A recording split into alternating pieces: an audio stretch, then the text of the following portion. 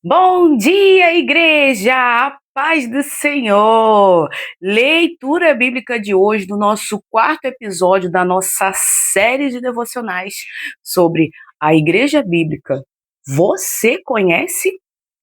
Hoje nós vamos falar sobre a adoração bíblica. O que é, como funciona, de qual jeito o Senhor instituiu. Porque lembra como eu disse nos episódios anteriores? Que o culto ele é feito com ordem. Ordem não de forma de mandamento apenas, mas como uma forma de organização. Então aqui nós vamos nos aprofundar um pouco mais na questão da adoração ao Senhor. Como é feita a adoração, de que forma, como a nossa adoração soar como um aroma agradável a Deus, para Ele ficar feliz, porque o centro da adoração é quem? É Deus, é Jesus Cristo. Se o nosso culto não é cristocêntrico, e deuscêntrico, como eu falo, se o centro do nosso culto não for Cristo Jesus, para que eu tô indo pra igreja? Entendeu? Eu não vou pra igreja para poder, ir por causa do irmãozinho, eu vou por causa das luzes que tem lá no púlpito, eu vou por causa da paleta de cores do meu uniforme da minha igreja, eu vou porque eu sou.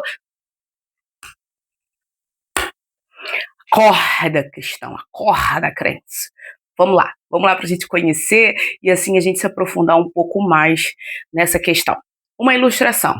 Um presente só é bom se agradar a quem recebe. A adoração, ela não é para o nosso entretenimento, ela não é para o nosso agrado, mas sim para o agrado de Deus. Quando nos reunimos como igreja no prédio, nós vamos para adorar ao nosso Deus, claro, para nos reunir, para abraçarmos uns aos outros, para sabermos uns dos outros, mas o culto, ele tem uma ordem, ele tem uma organização. Então devemos moldar o nosso padrão ao padrão de Deus, não moldar o padrão de Deus ao nosso à nossa vontade, entende? Deus ele tem um padrão instituído e esse padrão precisa ser seguido. Então nós vamos conhecer hoje qual é o padrão de Deus para a adoração bíblica, de forma bíblica, não de forma eucêntrica, mas cristocêntrica, entende? João capítulo 4, versículo 24. Jesus aqui nesse contexto afirma que Deus é espírito. Aqui João destaca que a adoração não depende mais de um lugar físico, como um templo, mas da sinceridade interna e da conformidade com a verdade em Cristo Jesus. Ou seja, vamos lá para a gente poder entender e bater ponto por ponto. João 4:24. Deus é espírito e é necessário que os seus adoradores o adorem em espírito e em verdade. Uma vez um professor, Mauro Lobo, irmão muito querido, que eu amo muito, ele fez uma pergunta. Para a próxima aula, eu quero que vocês tragam a definição de adorar em espírito e em verdade. E eu, como uma boa aluna, né, fui procurar, pesquisei, pesquisei, pesquisei, pesquisei. E eu sou muito engajada. Você me dá uma, uma coisa para fazer, eu me empenho muito para fazer essa coisa. Como os devocionais, eu me empenho bastante para poder trazer um devocional bacana, tanto para mim, como aprendizado, que aprendi muito essa semana, tanto para a rede, para vocês, como meus irmãos em Cristo, né? Então, eu fui buscar o que que era adorar em espírito e verdade. Busquei, busquei, busquei, busquei, busquei, busquei muito. Aqui no contexto desse texto, né, de João capítulo 4, versículo 24, Jesus ele está em Samaria, conversando com uma mulher à beira de um poço. Ela levanta uma polêmica religiosa sobre o lugar geográfico, lugar físico, né, aonde era correto a adoração, o monte dos samaritanos ou Jerusalém. E aqui Jesus, o próprio Cristo, ele já tinha quebrado uma barreira já monstruosa. Por quê? Um judeu falando com um samaritano não era muito bem visto. Com uma mulher, então, pior ainda. Então, Jesus aqui, ele quebra a barreira do lugar ao dizer que Deus é espírito. Ele ensina que a adoração não depende de templos físicos. Eu não preciso estar num templo para adorar a Deus. A adoração a Deus é onde estiver o seu povo. Aonde dois ou mais estiverem, ali eu estarei. Jesus, ele está, Deus, ele está aonde o povo dele está, independente de lugar geográfico. Porque antigamente, só Jerusalém iam judeus de todo o território mundial que se diziam judeus, né, que acreditavam em Deus, iam todos para Jerusalém e só lá era feita a adoração verdadeira. E Jesus, ele quebra esse paradigma. Ele fala: não, os verdadeiros adoradores adorarão em espírito e em verdade, em qualquer lugar. O meu espírito clama pelo Senhor. O meu corpo vibra o nome de Jesus. As minhas atitudes, elas falam de Jesus. Não somente as minhas palavras, mas todo o meu ser gira em torno de Jesus. Jesus é o centro da nossa vida. E por ele ser o centro da nossa vida gira em torno do centro. É como a Lua e a Terra. A Terra fica e a Lua, o satélite da Terra, girando em volta da Terra. E assim funciona a nossa vida. Nossa vida gira em torno do Senhor. Jesus ensina que a adoração não depende mais de templos físicos. Adorar em espírito significa que o culto deve nascer de um coração regenerado, um coração modificado, um coração voltado para o Senhor, que as suas atitudes, todo o seu ser, remete a Cristo Jesus. As pessoas vão olhar para você e vão dizer: caraca, ele é cristão mesmo, hein? Esse aí é diferente. E em verdade significa que o culto deve estar em plena conformidade com a revelação de Jesus, e não apenas em tradições humanas ou rituais externos. Ou seja, o culto, ele é cristocêntrico do início ao fim. Eu estou em eterna adoração a Cristo, estou em eterna adoração a Cristo, elevando todo o meu ser a Ele, com a mudança da minha atitude, primeiramente, né, em espírito. Minhas atitudes não vão ser mais as mesmas que eu tinha antes, os pensamentos que eu tinha antes, a forma de falar, a forma de agir, e eu vou estar em conformidade com o quê? Com o que Cristo Jesus nos ensina sobre o culto verdadeiro, e não com tradições humanas. Passa de pai para filho, de filho para pai e por aí vai. Ou rituais externos, né? Ah, bota a aguinha na frente da televisão, que aí você vai ser abençoado. Ah, pega o tijolinho ungido que você vai ser abençoado. Como diz o Carlos Eduardo, acho que é Carlos Eduardo o nome dele, gente. Olha, ainda não, eu esqueço de pesquisar. Mas ele tem umas palavras assim, umas tiradas muito boas. Ele fala o seguinte, que é tudo macumba gospel. É tudo ritual gospel, tudo macumba crente. Se Cristo Jesus não é o centro da sua vida, se Cristo Jesus ele não é o seu ponto focal da sua vida, botar água na frente da geladeira, na frente da televisão.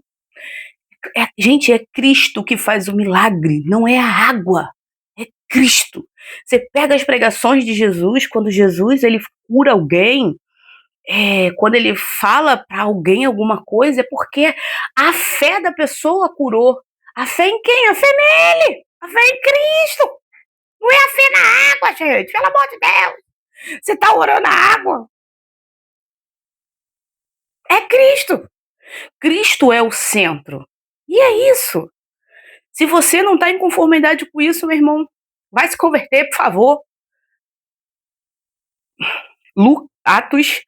Atos 20, versículo 7. Aqui Lucas, ele registra que os cristãos no primeiro dia da semana, para o partir do pão, eles se reúnem.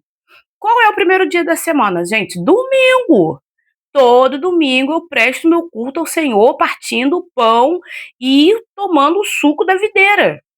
E é isso. Aqui mostra que a ceia do Senhor era o foco central e semanal da reunião cristã. Atos 20, versículo 7. E no primeiro dia da semana, juntando-se os discípulos para o partir do pão, Paulo, que havia de partir no dia seguinte, falava com eles e prolongou-se a prática até meia-noite. No primeiro dia da semana, a expressão usada para domingo, o dia da ressurreição de Cristo, indica uma prática regular da igreja primitiva, distinta no sábado judaico. Mostra que os cristãos já se reuniam no domingo para o culto e comunhão, ou seja, os cristãos do primeiro século, a igreja primitiva, os irmãos do primeiro amor lá do primeiro século, logo assim que Jesus ressuscitou, né, e subiu aos céus, eles se reuniam todos os domingos para o partir do pão e para celebrar a ressurreição de Cristo. Lembramos como memorial a morte, o sacrifício que Jesus fez, e além de lembrarmos, ainda também levamos isso como uma prática até hoje. Até hoje, os cristãos do primeiro século, da igreja primitiva, a igreja de Cristo, todo primeiro dia da semana, domingo, se reúnem para o partir do pão e tomar o suco da videira, o suco de uva. E é isso. O culto cristão começa a se organizar em torno da nova aliança, centrada na ressurreição de Jesus. Reunimos-nos é um verbo no plural, ou seja, nós. Indica que Lucas também estava presente. Revela que a assembleia intencional, é uma assembleia intencional, não um encontro casual.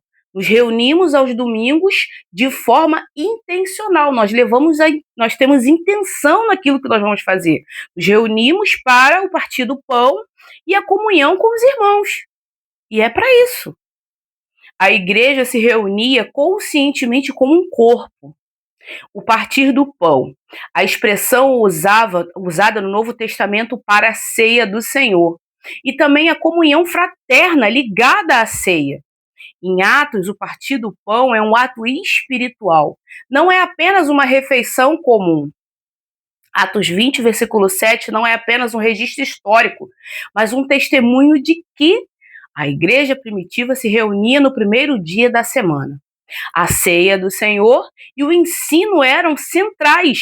Cristo é o centro. A comunhão cristã era vivida com seriedade e devoção.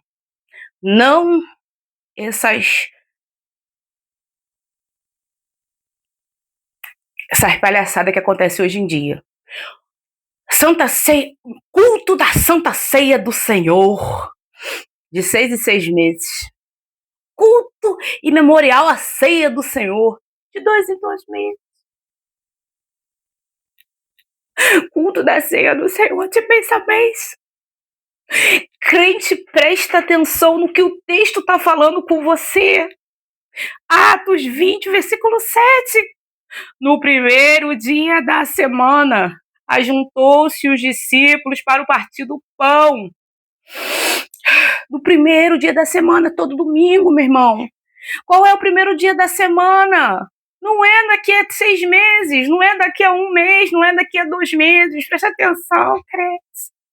Ai, Deus! Olha, isso me deixa num estado tão revoltoso da vida, não de forma ruim, porque eu entendo que as pessoas querem interpretar a Bíblia a seu bel prazer, só que a Bíblia, gente, ela não é interpretação pessoal.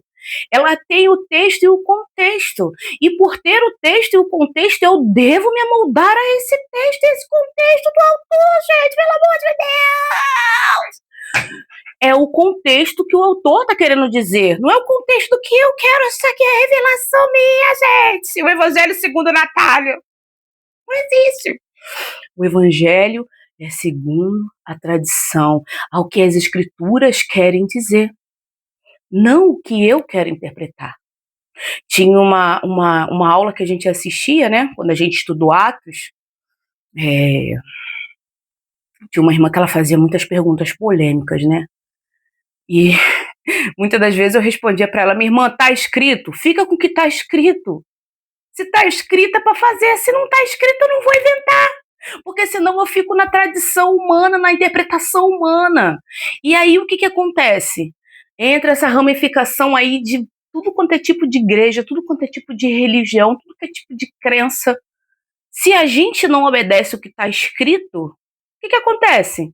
Acontece a interpretação pessoal segundo Natália. Evangelho de Natália, capítulo 2, versículo 10. Não existe esse evangelho, gente.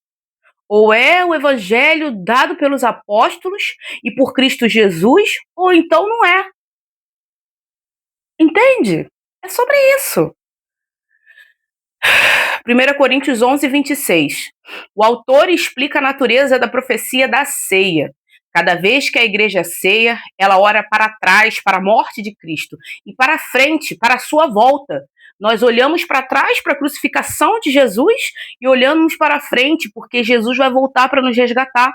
Todo domingo que a gente participa da ceia, a gente está anunciando as grandezas de Deus, anunciando que ele vai voltar e fazendo um memorial de lembrança, dizendo: poxa, Cristo morreu por mim, Jesus fez esse sacrifício por mim, fez por você. Quando a gente entende isso, fica muito mais fácil.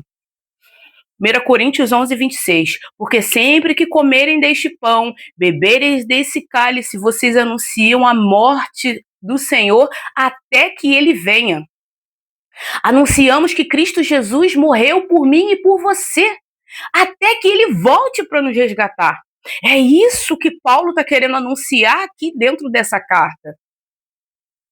Paulo, ele corrige abusos na igreja de Coríntios. Os riscos estavam, desculpa, os riscos estavam comendo, os ricos estavam comendo antes dos pobres, transformando a ceia em um banquete de exclusão e egoísmo.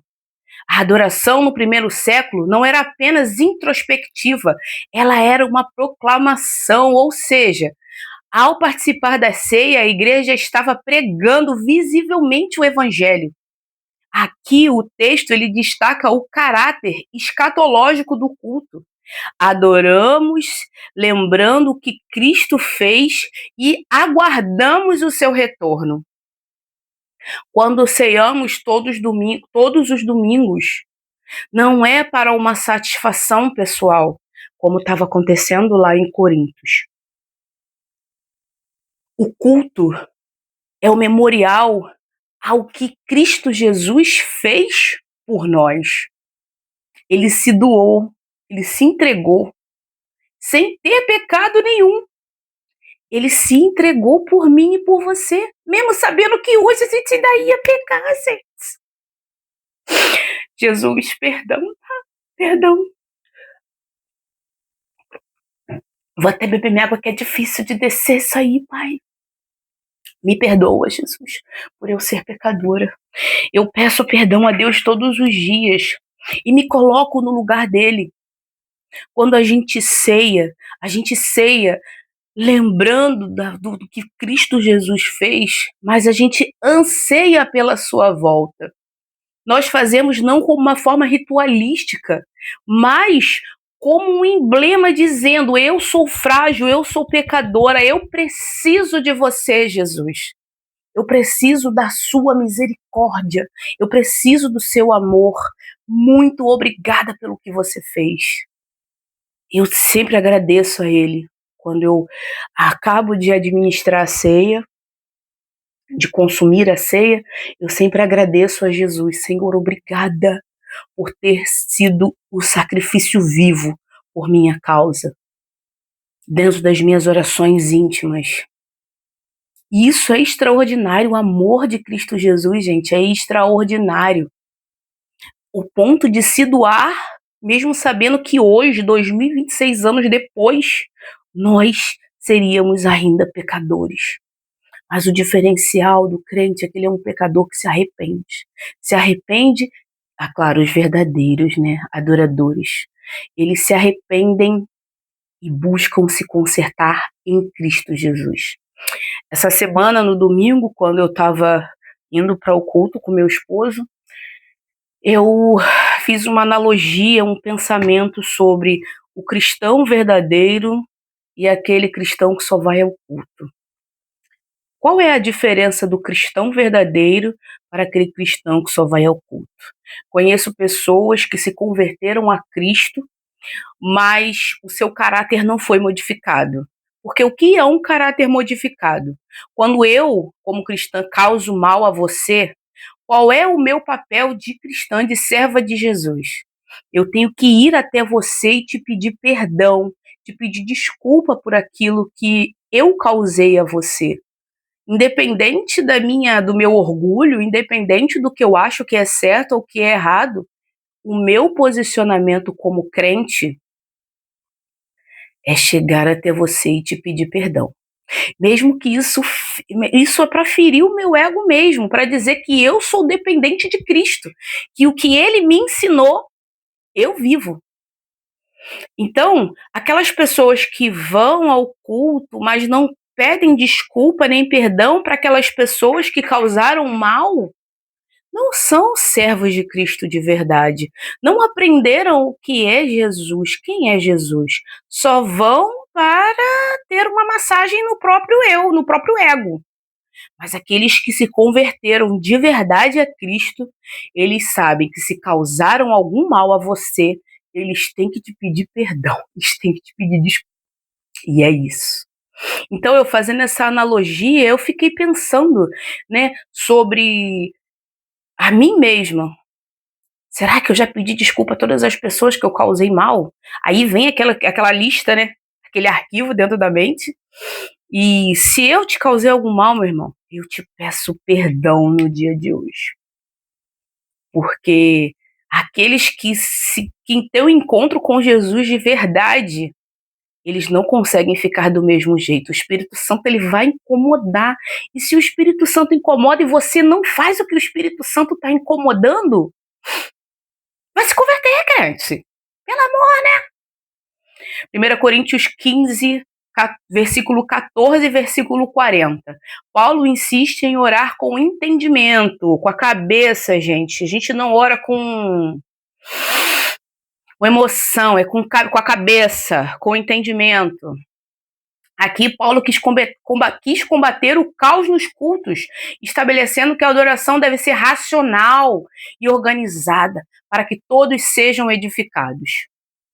1 Coríntios 14, capítulo 14, versículo 15 e 40. Então, que farei? Orarei com o Espírito, mas também orarei com a mente. Cantarei com o Espírito, mas também cantarei com a mente. Mas tudo deve ser feito com decência e com ordem.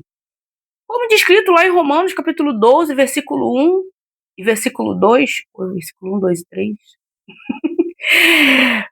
Aqui, nós vamos entender que a mente, o nosso culto racional é razão, não emoção, é razão. Começa aqui, ó. O culto ele tem que ter razão, não emoção.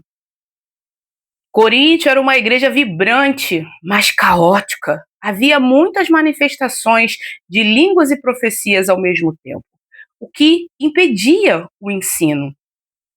Paulo define que a adoração deve ser inteligível, ou seja, algo compreensível, fácil de se entender. Não basta somente o êxtase espiritual. A mente deve participar para que a igreja seja edificada. O versículo 40 é o princípio regular do culto apostólico. A liberdade no espírito não autoriza a confusão. O culto deve ter uma estrutura que permita a todos entender, compreender e aprender. Nós temos que entender que Labachúria Surianda Decovery, a gente consegue entender que isso não tem tradução. A gente consegue entender isso. Não existe nenhuma palavra na língua portuguesa, inglesa, espanhola, qualquer língua no mundo, não existe tradução para Labachúria Surianda Decovery. Não existe. Então, Paulo aqui ele está deixando claro e evidente que o culto deve ser racional, que deve ter a mente, a inteligência, o entendimento, deve ser algo compreensível. Quem entende Labachúria Surião da Decovery, me ensina essa língua aí, porque ó, é uma nova língua aí no mundo, hein, gente? Vamos aprender. Quem sabe? Tá aparecendo aí a nova língua universal, né? Que o inglês, hoje em dia, que eu saiba, é o inglês. Mas quem sabe aí o Labachúria Surião da Decovery seja, né? Mas aqui Paulo ele está dizendo o seguinte, gente, não adianta, o culto ele precisa ser racional, eu preciso entender, todo mundo precisa entender, precisa ter ordem, organização.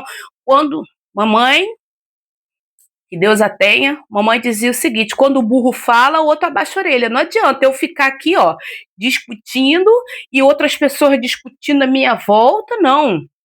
Eu preciso de ter uma ordem de forma organização. Não todo mundo falando ao mesmo tempo, não dá. Enfim. Aí, gente, conversa com Paulo, conversa com Cristo, conversa com Jesus, conversa com Deus, quando eles voltar para poder saber sobre essa questão da língua. Mas se você quiser, eu tenho estudo sobre o dom de língua. Eu posso trazer também no canal. Aí deixa o comentário. Aqui, Paulo está querendo dizer o seguinte, que o culto, por ser um culto racional, devemos ter entendimento na mente do que está sendo falado, do que está sendo pregado. Você imagina se todo mundo falasse do evangelho labachura, labachura. Onde está escrito isso na Bíblia, gente? Não tem, não tem. Se as escrituras sagradas, mais abaixo nós vamos ler, se as escrituras sagradas, elas são para serem proclamadas e o culto serve para proclamar o evangelho. Como é que o irmãozinho que está chegando agora na igreja vai saber o que é labachúria? Consegue entender, minha gente? Não tem como entender. Mas isso aí é para outros estudos, outros devocionais. Deus. Mas aqui a gente entendeu, né, que o culto ele deve ser de forma racional. As escrituras sagradas são para serem pregadas. E ponto. Hebreus 13, versículo 15. O autor fala do sacrifício de louvor, em vez de sangue de animais. O autor aqui ensina que a adoração cristã é um fruto de uma vida de gratidão expressa em palavras e obras. Hebreus 13, 15. Portanto, por meio de Jesus, ofereçamos continuamente a Deus um sacrifício de louvor, que é fruto de lábios que confessam o seu nome. Ou seja, eu posso cantar a palavra de Deus. A palavra de Deus deve ser cantada através dos meus lábios. É basicamente isso que o autor está querendo dizer, né? O autor escreve a judeus cristãos que sentiam falta dos sacrifícios de animais no templo. O capítulo aqui foca na prática do amor e na fidelidade. No cristianismo, o sacrifício não é mais sangue de cordeiros, mas o louvor e o cristocentrismo. Cristo é o centro da nossa vida. Cristo é o louvor máximo da nossa vida. Este é o louvor descrito como fruto de lábios, que significa uma confissão pública da sua fé. Lá na nossa congregação a gente tem outro louvor que eu gosto muito, que é assim, ó, eu amo Jesus Cristo com meu coração, eu amo Jesus Cristo com meu coração. Eu digo sim, sim, eu digo sim, sim, no meu coração. Eu digo sim, sim, eu digo sim, sim, no meu coração. Eu amo os louvores. Mas a confissão pública é quando na minha vida, não só com os meus lábios, mas com os meus lábios também, mas a minha vida toda, ela é uma adoração a Deus. Ela é uma adoração a Cristo. É vista como um estilo de vida contínuo, não limitada a um momento específico. O culto racional a Deus, minha gente, não é só aos domingos. É domingo, segunda, terça, quarta, quinta, sexta, sábado, domingo, segunda, terça. É todos os dias eu presto um culto de adoração com as minhas atitudes e não só com minhas palavras. Aqui, o autor de Hebreus ele está dizendo o seguinte, ó, a sua vida toda, ou seja, desde o seu amanhecer até o seu deitar, sua vida toda, ela é um ato de confissão e de louvor a Deus. Entende? É isso que tem que ser. Colossenses 3,16. Paulo liga o louvor à palavra de Cristo. O autor aqui, Paulo, ele quer dizer que os hinos e cânticos devem ser repletos de conteúdo bíblico para ensinar a igreja enquanto ela canta. Entende? Colossenses 3,16. Habite ricamente em vocês a palavra de Cristo. Ensinem, aconselhem-se uns aos outros com toda a sabedoria. E cantem salmos, hinos e cânticos espirituais com gratidão a Deus em seus corações. Ou seja, as palavras do Senhor, elas devem ser entoadas como hinos, como cânticos de louvor ao Senhor. Por exemplo, eu posso pegar esse texto aqui de Colossenses 3,16 e formar um cântico baseado nele. Habite ricamente em vocês a palavra é de Cristo entoada. Eu posso criar um louvor. E isso ensinar as pessoas, através de cânticos e de louvores, aquilo que eu aprendi, aquilo que eu aprendo do Senhor, certo? Então, aqui Paulo ele está dizendo isso, que os cânticos, os louvores, todos devem ser espirituais e voltados a quem? A Cristo Jesus. Não esses louvores hoje em dia dá até nervoso de ouvir, que é você é o espelho. Você não é nada, meu irmão, você é pecador, como eu. Você é um espírito pecado, só se for.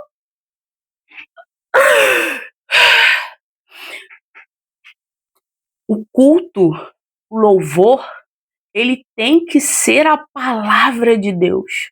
Tem que ser Cristo como foco. E não eu sou pecadora. Tem que ser algo para a minha correção, para meu entendimento, para a minha modificação. Entende? Aqui nós vamos pegar dois contextos. Nós vamos pegar o contexto de Colossenses e junto nós vamos pegar o contexto de Efésios também, porque Efésios também falam sobre salmos, hinos e cânticos espirituais. Efésios 5,19. Falando entre si com salmos, hinos e cânticos espirituais, cantando e louvando de coração ao Senhor. Tá aí, ó. O Senhor é o foco, o Senhor é o centro, o Senhor, o Senhor, o Senhor, e é o Senhor, não é nós. E é isso. Louvando de coração ao Senhor. Instruções éticas para uma vida em Cristo e com a comunidade. Como a comunidade deve se relacionar, cheia do Espírito Santo, não cheia de nós mesmos. A música no primeiro século tinha uma função didática, de ensino. Eles não cantavam apenas para sentir algo, para sentir emoção, mas para ensinar, para aconselhar, para acolher. Os três tipos de cântico sugerem variedade: salmos, bíblico, hinos, composição teológica sobre Cristo e cânticos espirituais, expressões espontâneas. A adoração é mútua. Cantamos para Deus, mas cantamos também para edificar o irmão do lado, para ajudá-lo, entende? Então, os cânticos, eles devem ser, antes da gente cantar, a gente deve entender o que a gente está cantando, primeiramente. Porque se não tem Cristo no centro, por que eu estou cantando? Então, aí é uma questão de... O problema, como eu sempre digo, né? Tá entre a cadeira e a minha Bíblia. E é isso. Então, o culto ele deve ser racional, ele deve ter hinos, cânticos e tudo voltado à adoração a Deus e a Jesus Cristo. E é isso. A igreja bíblica, ela se fundamentaliza nisso, na ceia do Senhor, cânticos, hinos, ensinando uns aos outros e nós mesmos aprendendo. Tem um louvor lá na nossa congregação que ele mexe muito com o meu coração, com o meu íntimo, mas mexe muito, mas muito mesmo. Um dia eu vou trazer ele aqui, eu vou gravar só cantando ele e vou trazer, porque ele é lindo, lindo, lindo e fala muito ao meu coração. É mais ou menos assim, ó. Conheci um mundo mau e com ele seus ardis, me arrastei no lamaçal, tudo isso porque eu quis saber mais que qualquer um, construir algum amor onde a paz pudesse ser a verdade pra eu ver. Mas Jesus Cristo veio e me achou assim tão sujo, e numa cruz por mim derramou sangue tão puro. Foi assim que ele me salvou. Foi assim, foi assim que ele me salvou. Já fico logo emocionada, porque esse louvor mexe muito comigo. Que da onde Jesus me tirou, eu não quero voltar mais não. Uma igreja bíblica, ela adora conforme o padrão do Novo Testamento, focando na pregação, na ceia e no louvor que exalta a Deus e não ao homem. Nós adoramos a Deus em espírito e em verdade, celebrando a sua vitória todos os domingos. Um culto bíblico no primeiro século, ao reunir todos os textos, podemos concluir que o culto dos apóstolos era estruturado da seguinte forma: descentralização e espiritual. Não precisava de templos majestosos, acontecia onde os crentes estivessem, contanto que houvesse sinceridade e verdade bíblica, verdade das Escrituras. Centralidade na ceia. A reunião era focada no memorial da morte e ressurreição de Jesus. Era um momento de maior comunhão e proclamação da fé. Equilíbrio entre emoção e razão. O louvor e a oração deveriam envolver espírito, fervor, mas obrigatoriamente a mente, o entendimento. O objetivo final era a edificação da comunidade, não o benefício individual. Participativo e educativo. A igreja não era plateia, mas participante. Através dos cânticos, da palavra, os irmãos ensinavam uns aos outros. A música era o versículo para a palavra de Deus habitar no povo e ordenado de forma orgânica, de organização, de forma que tinha uma organização para tudo, como meus livros estão ali todos organizados. Tinha uma organização, não era jogada ao acaso, ao relento, ao léu. Apesar de haver liberdade para manifestação de dons, e esses dons aqui eram serviços, tudo deveria seguir uma ordem para que o culto fosse proveitoso para todos, inclusive para quem visitava. Se na sua igreja hoje tem um visitante e você fala Labachura Surianda de Covery, o visitante ele vai se sentir excluído porque ele não sabe o que isso significa. E nem você mesmo sabe, meu irmão, que você não sabe nem o que é traduzir. Ou seja, o culto ele tem uma ordem. Ele deve ser feito com a nossa mente e com o nosso sentimento. Por isso que eu sempre falo, eu leio as escrituras, eu entendo o que as escrituras me falam, entendo que a escritura fala, não o que eu quero entender, eu entendo o que a escritura está querendo dizer, eu administro em meus sentimentos e passo a executar de forma física aquilo que o Senhor me ordena na palavra. E é isso. Amém? Vamos orar? Paizinho amado e querido Deus, graças te damos por mais um dia que se chama hoje, Senhor. Graças te damos porque teu amor é grande e a tua misericórdia é maior ainda, Pai. Muito obrigada, Jesus, por nos mostrar que o culto bíblico, a adoração bíblica, ela existe. Que não é algo ao acaso ou algo bagunçado. O Senhor deixou uma ordem estipulada.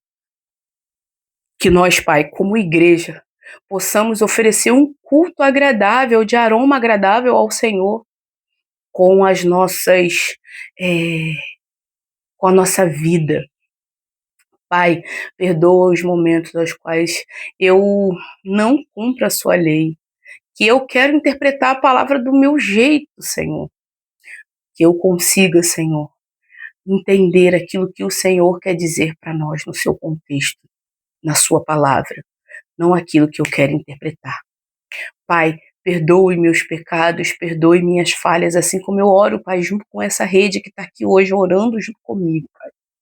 Tome cada um em tuas mãos, ajude-os em suas necessidades, seja com cada um deles, Pai, em suas necessidades, em suas dificuldades, em seus desafetos. Que o Senhor seja o alicerce e o centro da vida de cada um, Pai. Hoje eu oro e já te agradeço em nome de Jesus. Amém.